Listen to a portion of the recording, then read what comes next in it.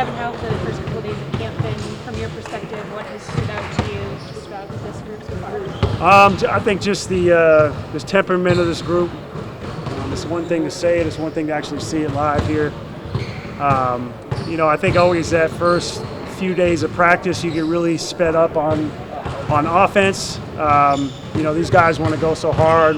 We're anxious and eager to get ready and get going. But defensively, I think more than anything, that's what stood out to me is just, how much length we have, the ability to play different lineups, and guys just willingness to be there for the next guy and sacrifice in the first 3 practices. Obviously, that was such a big emphasis for you guys last year was the defensive end, and obviously it looks a little different without Lowry. But what do you think is kind of the key to defensive success for you guys? I think our 2 anchors that hold us down between Evan and J.A. I mean, those guys lead us so much, and that's kind of what we're playing into a little bit. Is I know we had Lowry last year, so we had 3 7-footers, but I mean, you throw Dean out there at 6'10", and then DG and Donovan all over the basketball.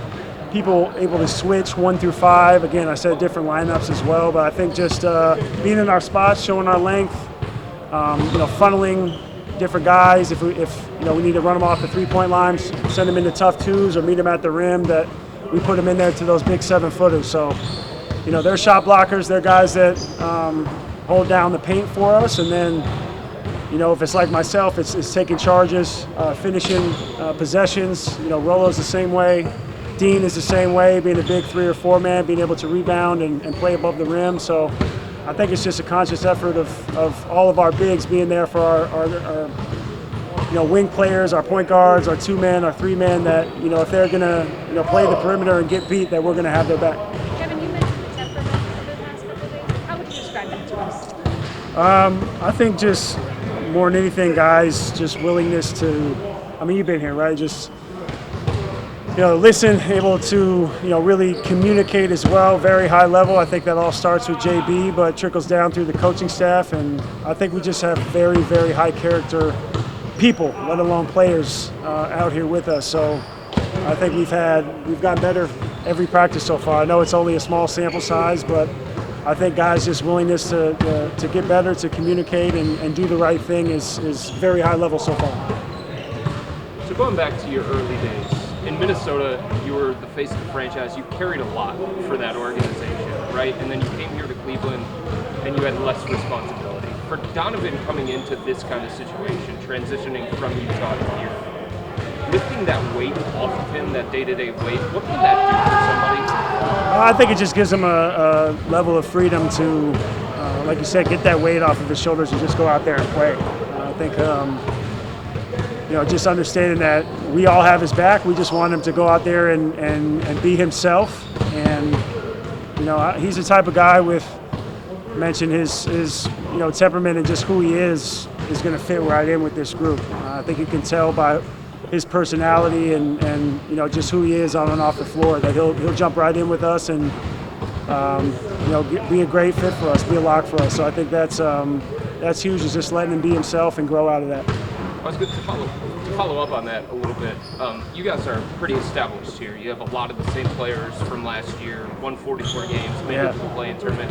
So what's the level of responsibility that you guys have as teammates to make sure that he fits in and this works out the way that you expect it to? Yeah, I think it's just that. Every time we get together, we bring in a new player. Obviously, it's a little different bringing in a guy that has the experience that he does as a star in this league, as a perennial all-star.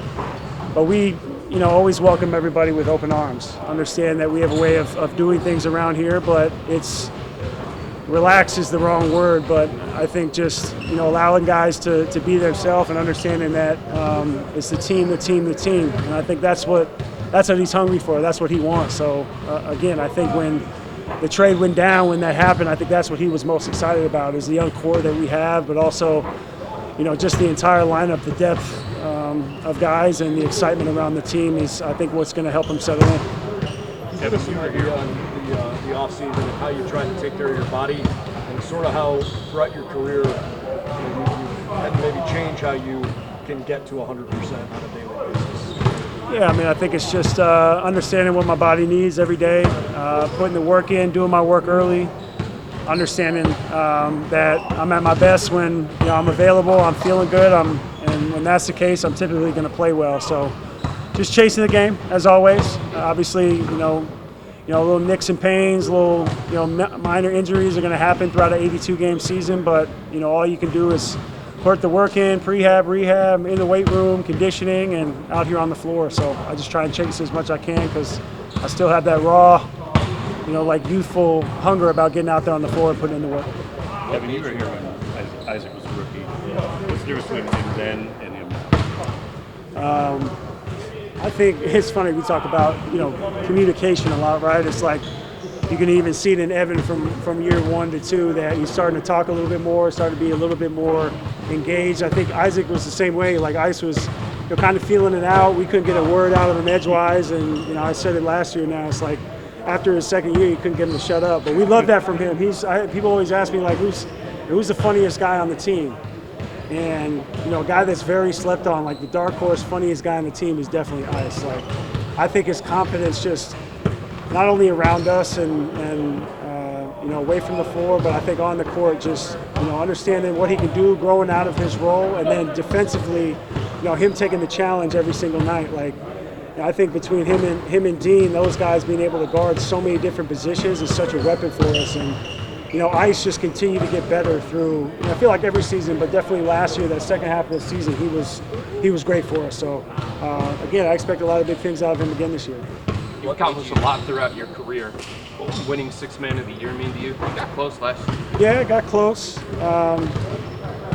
But I mean, Tyler Hill was basically, he was the all-star off the bench last year. So I wasn't mad at being runner-up to him. He was more than deserving. But no, definitely just.